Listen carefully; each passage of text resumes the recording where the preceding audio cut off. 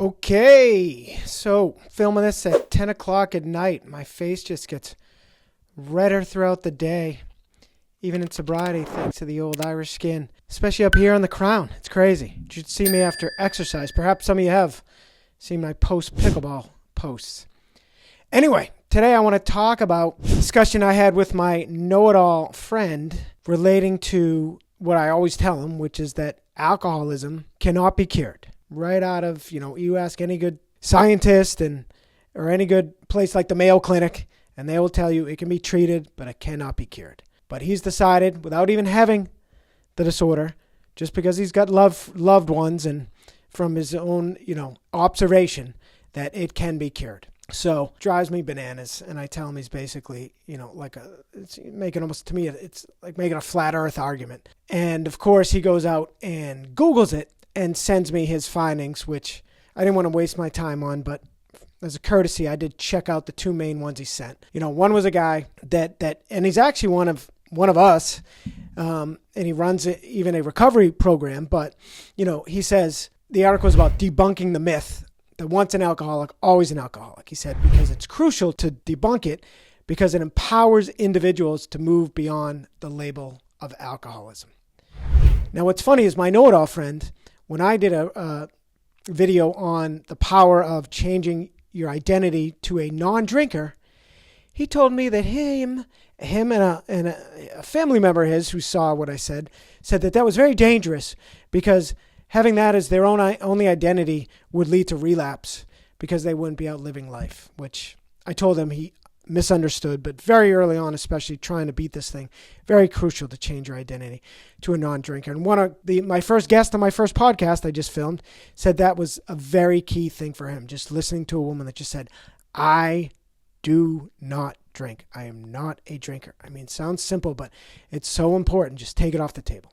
Anyway, so this guy that wrote this article about debunking the myth said the truth is that as humans, we hold the incredible capability to evolve and break free from past behaviors. Which, yes, that is true. Just as that it is true, in most cases, when someone does a repeated behavior and they build up a neural pathway, that if they then stop repeating and stop doing that behavior, eventually that pathway withers and disappears. Wow. One of the ways I define an alcoholic is that in our case, that neural pathway that we built up over many years that says drinking is the answer to everything, we not only, built, knocked down a forest and knocked down trees through a forest to build a path. We actually brought in a bulldozer and paved that thing nice and wide and smooth. And no matter what we do, so we can give up drinking, we can completely, build a new pathway, showing that voice that there's a new voice in town and that we can do hard things sober. But that old pathway, even though all the roots and trees and brush is going to, come in over that pavement pathway, that pavement's always going to be there. And if we ever go back to drinking after no matter how many years, 1, 2, 5, 10, 20, 30, 40, 50, that brush is just going to clear out, and that pathway, that pavement, concrete is still going to be there, and it's actually going to even develop even a wider, smoother pathway, meaning the drink is even going to get worse, and it's going to be a much, much worse relapse. So that is such an important message. And it really, I take it to heart because I've witnessed this in many cases firsthand and then way more secondhand, very credible stories. But firsthand, I have a guy that I've known my whole life. He quit drinking almost as long as I've known him. I couldn't tell you how long, 20 years at least, when I'd go home. And it came to find out that he sadly fell off the wagon and relapsed to the point that he now needs a new liver in order to essentially to make it. And then I had another good friend from when I lived in Boston that last 2 times I saw him, we actually went out to a restaurant / bar when I was still drinking. He was not. Went out with a girlfriend at the time and himself and hung out. He was completely fine. Next time I saw him, we actually went golfing. I was still drinking at the time, not that day. He still was not drinking at all. He was doing great. He had moved to the suburbs, living by himself, which is a little scary, but he told me he was doing fine. I wish I'd checked in on him more, but the next thing I found out within a year was that he sadly had passed and apparently was having seizures, as can happen, and it actually passed from that. So it's so important. And I think it's so dangerous. Back to this original guy that thinks, it's so important. He says, the debunking guy, truly we can become someone who does not think, feel, act, or respond as the addiction once dictated. And he's absolutely right about that. The only part he's wrong about is that we can never forget that we were once active alcoholics. I do like to say when you're in recovery, when you're in remission, you are a recovered alcoholic, but you are still an alcoholic. And I'm sorry for those who don't like that term. I'm not crazy about it. I prefer to just say I have alcoholism, but I'm at the point I'm well recovered from it. But I will always stay vigilant because I know of all these stories. And I know just personally, that's why I know I'll never drink again, because I know that even a sip will reignite that voice and it will come back 10, 100 times stronger, and it will kill me.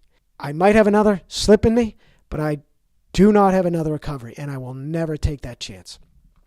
So another article that he looked up, he Googled, are alcoholics always alcoholics? And the finding said, whether or not you're always an alcoholic is going to come down to how you want to think of yourself. And he loved that, of course, my know-it-all friend. And it said, but it's worth keeping in mind that the reason many people consider themselves addicts for life is that it's a way for them to keep on track. Again, my buddy might interpret so they're not really, they're just doing it to keep themselves on track. Yeah, you know why? Because they are. They are still alcoholics. And if they don't remember that and consider themselves that for life, they will go off track and they will try drinking again. And that's one of the reasons that people do go to meetings for life. There's a lot of reasons people go for life. One, they're just great group therapy. They don't just sit and talk about drinking or not drinking the entire time. The community I'm in maybe talks about that 25% of the time. The other 75%, people talk about their challenges, their issues, etc. That top 10% that nobody talks about. Everyone talks about the mundane 90% of their life, but nobody really talks about that top 10%. Well, that's what we do in these sober communities. Another reason people still go is doing service. It's so important to show the newcomers that there's people that have been doing this not just for 6, 12, 18 months, but for 6, 12, 18 years. So it's very important for that. And yes, it is a reminder to themselves, hearing stories of relapse, etc., that they never want to have that happen to them, never want to have to do the hard part again. I'm at the point I know I will never drink again. I still try to attend at least one meeting a day. I had been doing as many as 2 to 3. Now it's more at least one meeting a day or some other things. I'm talking about sobriety all day, every day, and I'm also often listening to podcasts, etc. So much for that one, to my friend. Nice try, as I said. Of course, you can go out and Google and find anyone who agree with you, but if you really talk to anyone that truly knows, there is no cure for alcoholism. And a reason for that, to finish on, is that why alcoholics stay alcoholics? Because it's a neurological reason. I mentioned, and now I'm reading from something that says, special neural pathways in the brain were highly and permanently sensitized to alcohol by earlier heavy drinking.